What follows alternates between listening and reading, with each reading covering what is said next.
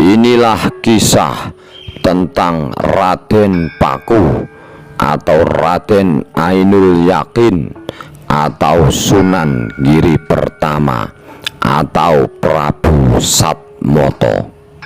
Silahkan Anda tonton video ini hingga akhir.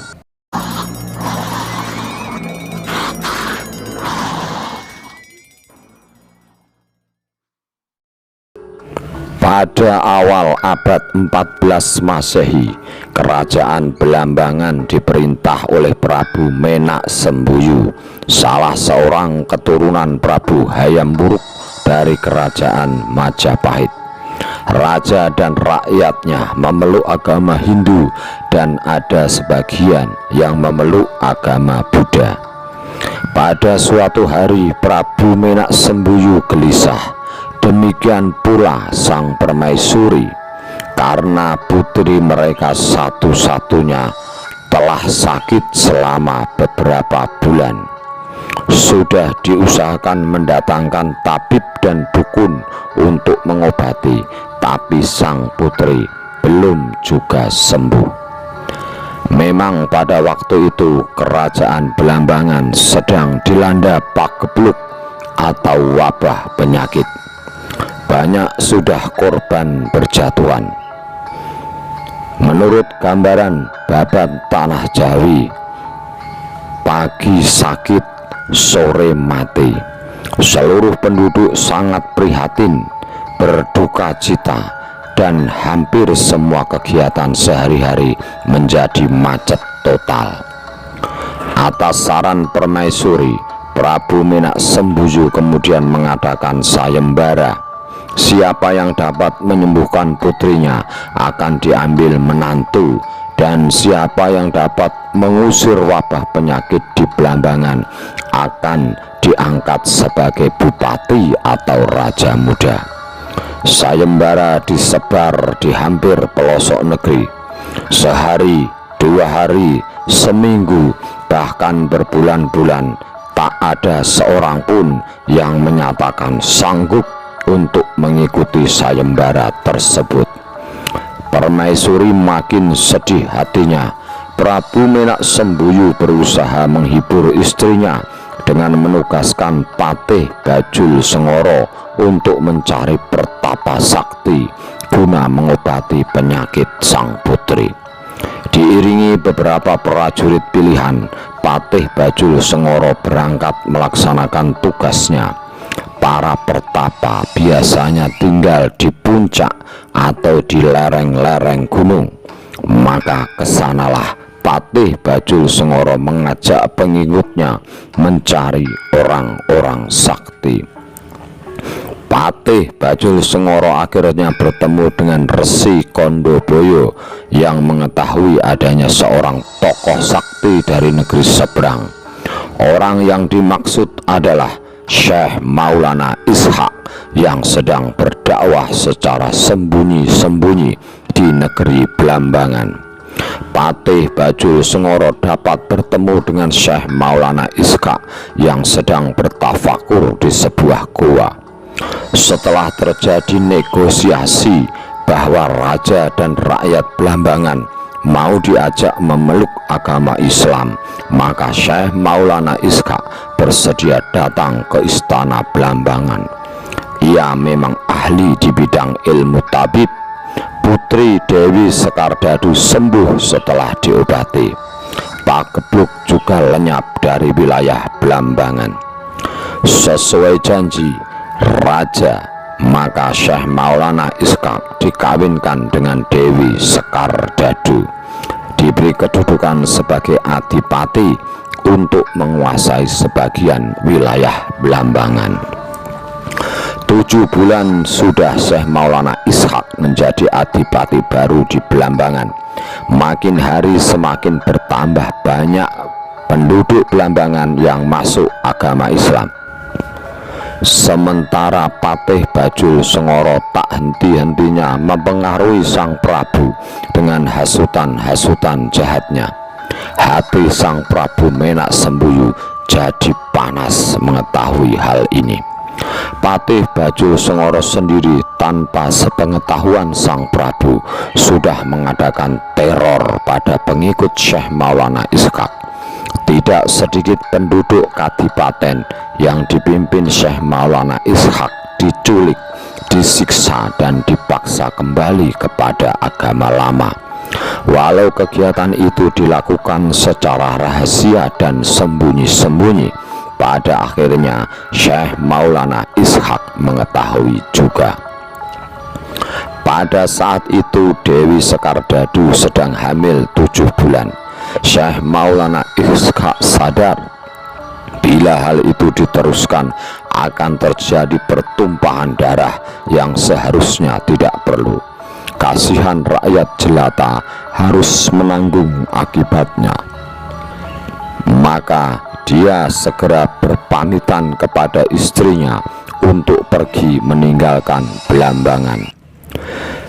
Pada tengah malam, dengan hati berat karena harus meninggalkan istri tercinta yang sedang hamil 7 bulan, Syekh Maulana Ishak berangkat meninggalkan Belambangan seorang diri.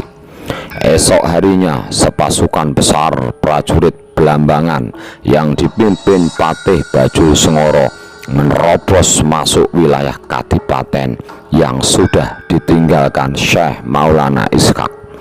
Tentu saja Patih kecewa. Walau seluruh isi istana diobrak-abrik, dia tidak dapat menemukan Syekh Maulana Ishak yang sangat dibencinya. 2 bulan kemudian, dari rahim Dewi Sekardadu lahir bayi laki-laki yang elok rupanya. Sesungguhnya Prabu Menak Sembunyi dan permaisurinya merasa senang dan bahagia melihat kehadiran cucunya yang rupawan itu. Bayi itu lain daripada yang lain, wajahnya mengeluarkan cahaya terang. Lain halnya dengan Patih Bajul Sengoro, dibiarkannya bayi itu mendapat limpahan kasih sayang keluarga istana selama 40 hari. Sesudah itu dia menghasut Prabu Menak Sembuyu. Kebetulan pada saat itu wabah penyakit berjangkit lagi di Belambangan. Maka Patih Bajul Sengoro bikin ulah lagi. Bayi itu benar Gusti Prabu, cepat atau lambat bayi itu akan menjadi bencana di kemudian hari. Wabah penyakit ini menurut dukun-dukun terkenal di Belambangan disebabkan adanya hawa panas yang memancar dari jiwa bayi itu, kata Patih Bajul Sengoro dengan alasan yang dibuat-buat. Sang Prabu tidak cepat mengambil keputusan karena dalam hatinya dia terlanjur menyukai kehadiran cucunya itu. Namun sang patih tiada bosan-bosannya menteror dengan hasutan dan tuduhan keji. Akhirnya sang Prabu terpengaruh juga. Walau demikian, tiada tega juga dia memerintahkan pembunuhan atas cucunya itu secara langsung. Bayi yang masih berusia 40 hari dimasukkan ke dalam peti dan diperintahkan untuk dibuang ke samudra. Pada suatu malam, ada sebuah perahu dagang dari Gresik melintasi Selat Bali. Ketika perahu itu berada di tengah-tengah Selat Bali, tiba-tiba terjadi keanehan. Perahu itu tidak dapat bergerak, maju tidak bisa, mundur juga tidak bisa. Nahkoda memerintahkan awak kapal untuk memeriksa sebab-sebab kemacetan itu. Mungkinkah perahu membentur batu karang? Setelah diperiksa, ternyata perahu itu hanya menabrak sebuah peti berukir indah, seperti peti milik kaum bangsawan yang digunakan menyimpan barang berharga. Nahkoda memerintahkan mengambil peti itu. Di atas perahu, peti itu dibuka. Semua orang terkejut karena di dalamnya terdapat seorang bayi mungil yang bertubuh montok dan rupawan. Nahkoda merasa gembira dapat menyelamatkan jiwa sang bayi mungil itu, tapi juga mengutuk orang yang tega membuang bayi itu ke tengah laut. Sungguh orang yang tidak berperi kemanusiaan. Nahkoda kemudian memerintahkan awak kapal untuk melanjutkan pelayaran ke Pulau Bali, tapi perahu tak dapat bergerak maju. Ketika perahu tersebut diputar dan diarahkan ke Gresik, ternyata perahu itu melaju dengan kencang. Di hadapan Nyai Ageng Pinate, seorang janda kaya pemilik kapal, nahkoda berkata sambil membuka peti itu, "Peti inilah yang menyebabkan kami kembali dalam waktu secepat ini. Kami tak dapat meneruskan pelayaran ke Pulau Bali." Bayi siapa ini? "Kami menemukannya di tengah samudra Selat Bali." Bayi itu kemudian mereka serahkan kepada Nyai Ageng Pinate untuk diambil sebagai anak angkat. Memang sudah lama dia menginginkan seorang anak. Karena bayi itu ditemukan di tengah samudra, maka Nyai Ageng Pinate kemudian memberinya nama Joko Samudro. Ketika berumur 11 tahun, Nyai Ageng Pinate mengantarkan Joko Samudro untuk berguru kepada Raden Rahmat atau Sunan Ampel di Surabaya. Menurut beberapa sumber, pertama kali Joko Samudro setiap hari pergi ke Surabaya dan sorenya kembali ke Gresik. Sunan Ampel kemudian menyarankan agar anak itu mondok saja di pesantren Ampel Dento supaya lebih konsentrasi dalam mempelajari agama Islam. Pada suatu malam seperti biasa, Raden Rahmat hendak mengambil air wudhu guna melaksanakan sholat tahajud, mendoakan murid-muridnya dan mendoakan umat agar selamat dunia akhirat. Sebelum berwudu, Raden Rahmat menyempatkan diri melihat-lihat para santri yang sedang tidur di pondok. Tiba-tiba Raden Rahmat terkejut. Ada sinar terang memancar dari salah satu santrinya. Selama beberapa saat beliau tertegun. Sinar terang itu menyilaukan mata. Untuk mengetahui siapa murid yang wajahnya bersinar itu, maka Sunan Ampel memberi ikatan pada sarung murid tersebut. Pagi harinya sesudah sholat subuh, Sunan Ampel memanggil murid-muridnya itu. "Siapa di antara kalian yang waktu bangun tidur kain sarungnya ada ikatan?" "Saya, Kanjeng Sunan," jawab Joko Samudro. Melihat yang mengacungkan tangan adalah Joko Samudro, Sunan Ampel makin yakin bahwa anak itu pasti bukan anak sembarangan. Kebetulan pada saat itu Nyai Ageng Pinate datang untuk menengok Joko Samudro. Kesempatan itu digunakan Sunan Ampel untuk bertanya lebih jauh tentang asal-usul Joko Samudro. Nyai Ageng Pinate menjawab sejujurnya bahwa Joko Samudro ditemukan di tengah Selat Bali ketika masih bayi.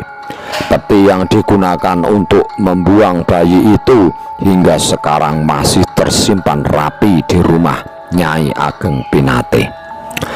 Teringat pada pesan Syekh Maulana Ishak sebelum berangkat ke negeri Pasai, maka Sunan Ampel kemudian mengusulkan pada Nyai Ageng Pinate agar nama anak itu diganti dengan nama Raden Paku. Nyai Ageng Pinate menurut saja apa yang dikatakan Sunan Ampel. Dia percaya penuh kepada wali besar yang sangat dihormati masyarakat tersebut.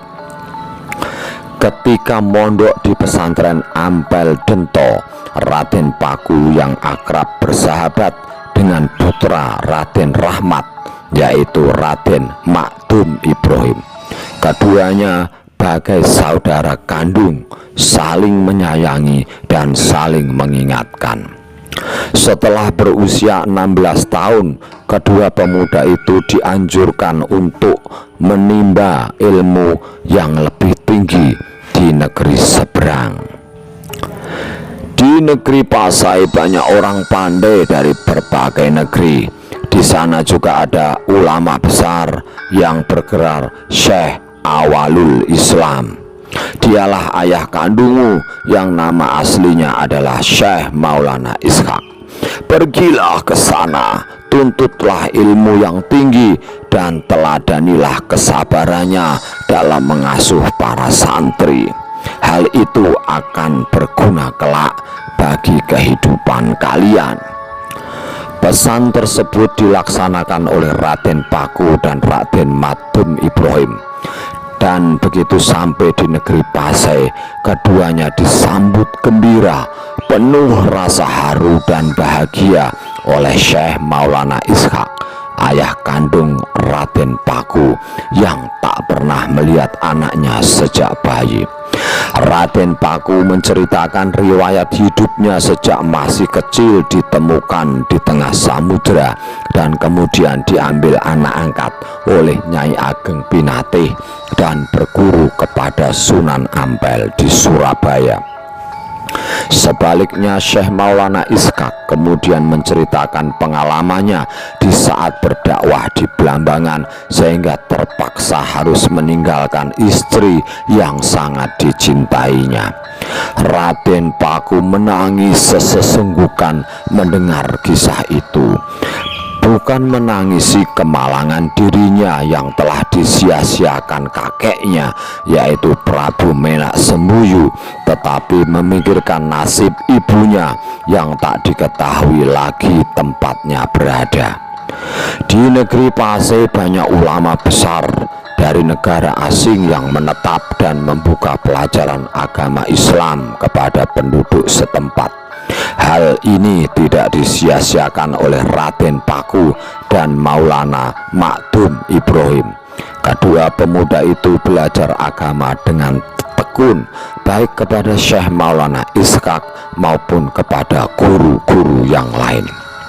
Ada yang beranggapan bahwa Raden Paku dikaruniai ilmu laduni, yaitu ilmu yang langsung berasal dari Tuhan, sehingga kecerdasan otaknya seolah tiada bandingnya.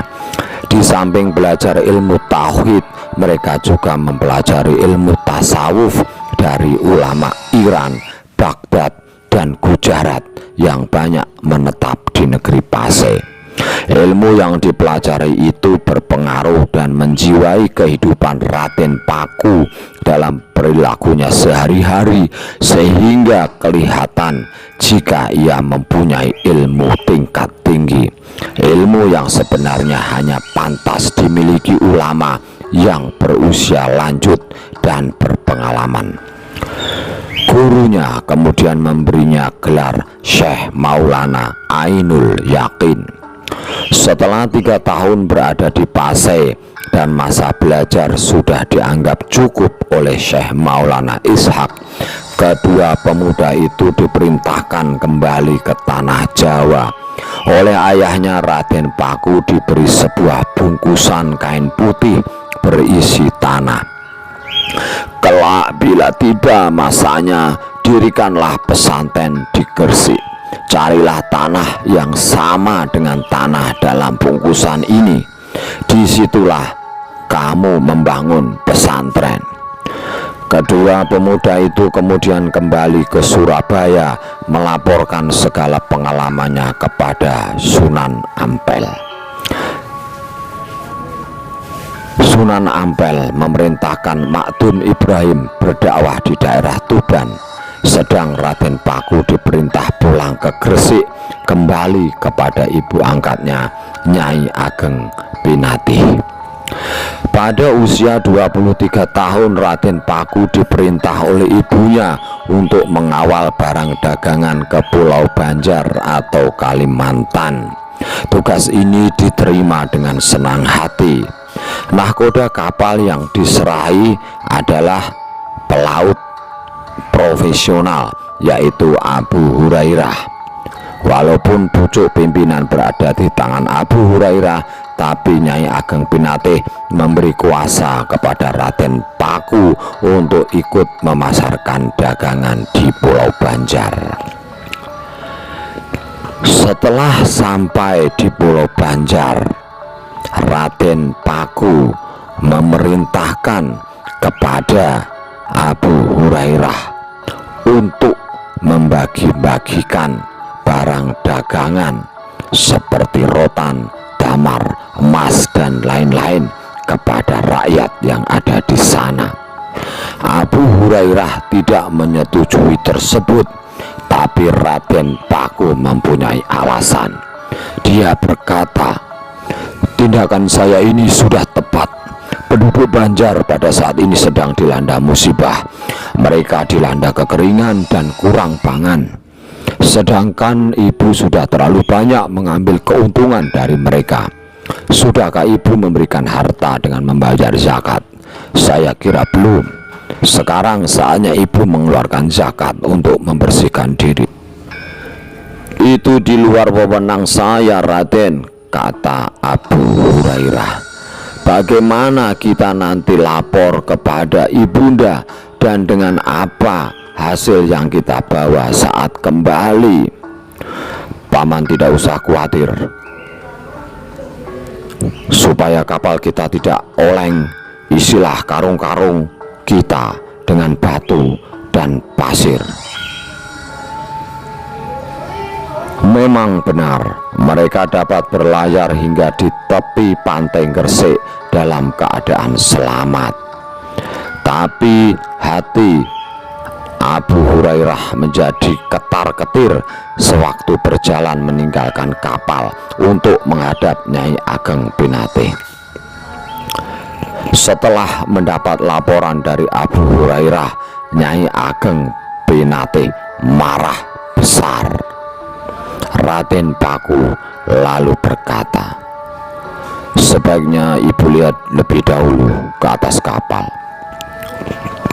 Ketika para awak membuka karung-karung yang awalnya adalah batu dan pasir, sekarang isi karung-karung itu berubah menjadi barang-barang dagangan seperti biasa yang mereka bawa dari Banjar, dan banyak juga kain, emas, dan intan. Bahkan bila ditaksir harganya jauh lebih besar daripada barang dagangan yang disedekahkan kepada penduduk Banjar. Pada saat itu ada juga seorang bangsawan Majapahit bernama Ki Ageng Supobungkul.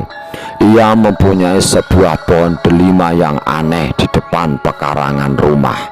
Setiap ada yang hendak mengambil buah delima yang hanya mempunyai satu buah itu, orang pasti mengalami nasib celaka. Jika tidak ditimpa penyakit berat, orang tersebut pasti meninggal. Suatu ketika Raden Paku tanpa sengaja lewat di depan pekarangan Ki Ageng Bungkul. Begitu dia berjalan di bawah pohon delima, tiba-tiba buah pohon itu jatuh mengenai kepala Raden Paku. Ki Ageng Bungkul tiba-tiba muncul mencegat Raden Paku dan ia berkata, "Kau harus kawin dengan putriku, Dewi Wardah." Memang benar bahwa Ki Ageng Bungkul telah mengadakan sayembara. Siapa saja yang dapat memetik buah delima itu dengan selamat, maka ia akan dijodohkan dengan putrinya yang bernama Dewi Wardah. Raden Paku bingung menghadapi hal itu, maka peristiwa itu disampaikan kepada Sunan Ampel. Ternyata Sunan Ampel menyetujui perkawinan antara Dewi Wardah, putri Ki Ageng Bungkul, dengan Raden Paku.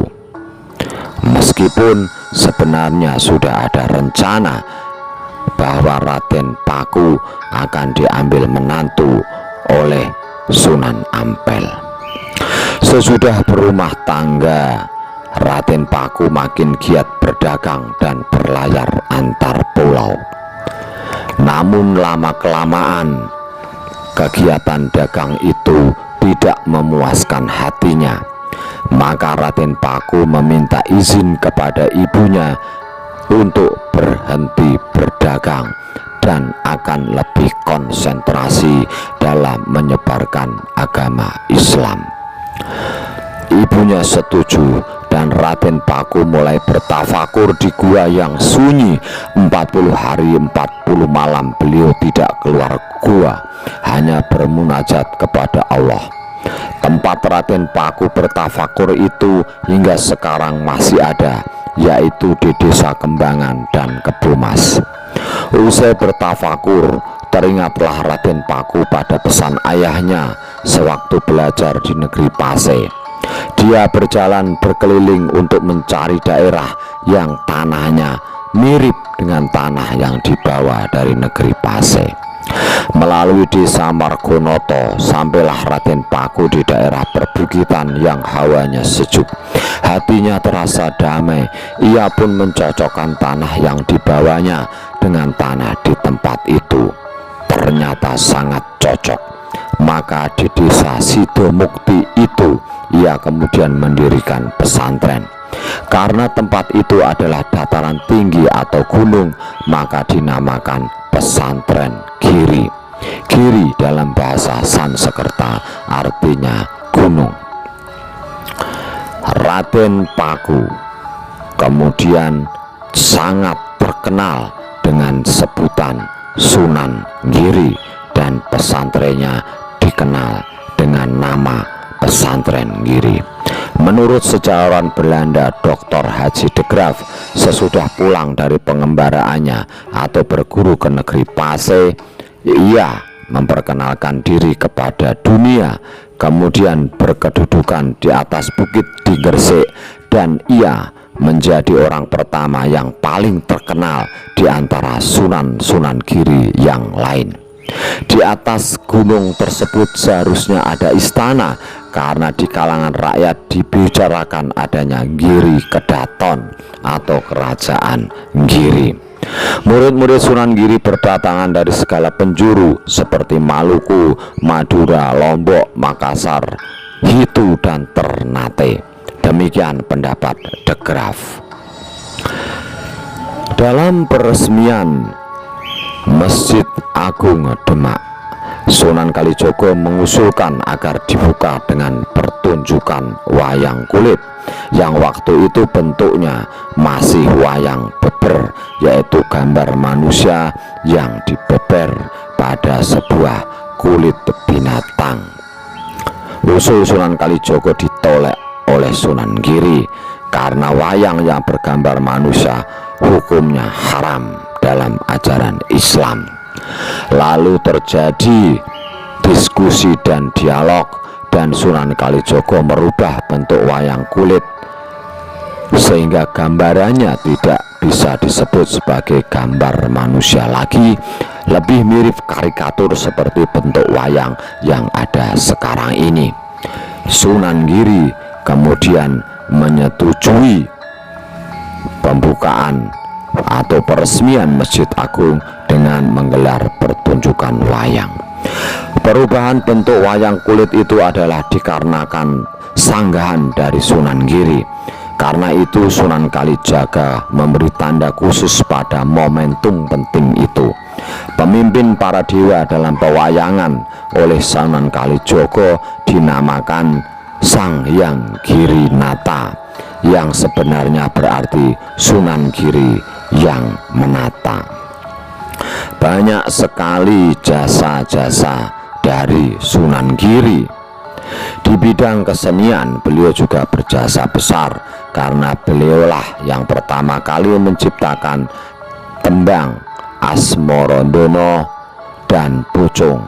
Beliau pula yang menciptakan tembang-tembang dolanan anak-anak yang bernafas Islam seperti Jamuran, Jublak-jublak Suweng, Jidungan, dan Delian.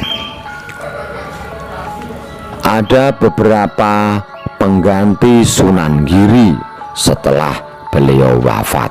Sunan Giri atau Raden Paku yang kita bicarakan lahir pada tahun 1442, memerintah kerajaan Giri selama kurang lebih 20 tahun, mulai tahun 1487 hingga tahun 1506. Sewaktu memerintah Giri Kedaton, beliau bergelar Prabu Satmoto. Giri Kedaton atau kerajaan Giri berlangsung selama hampir 200 tahun. Sesudah Sunan Giri yang pertama meninggal dunia, beliau digantikan oleh keturunannya, yaitu Sunan Dalem, Sunan Sedomargi, Sunan Giri Prapen, Sunan Kaweskuwo, Panembahan Ageng Giri, Panembahan Mas Witono Sidhengrono, Pangeran Singonegoro, dan Pangeran Singosari. Demikian cerita lengkap mengenai Sunan Giri Raden Paku Syekh Ainul Yakin atau Prabu Satmoto. Terima kasih.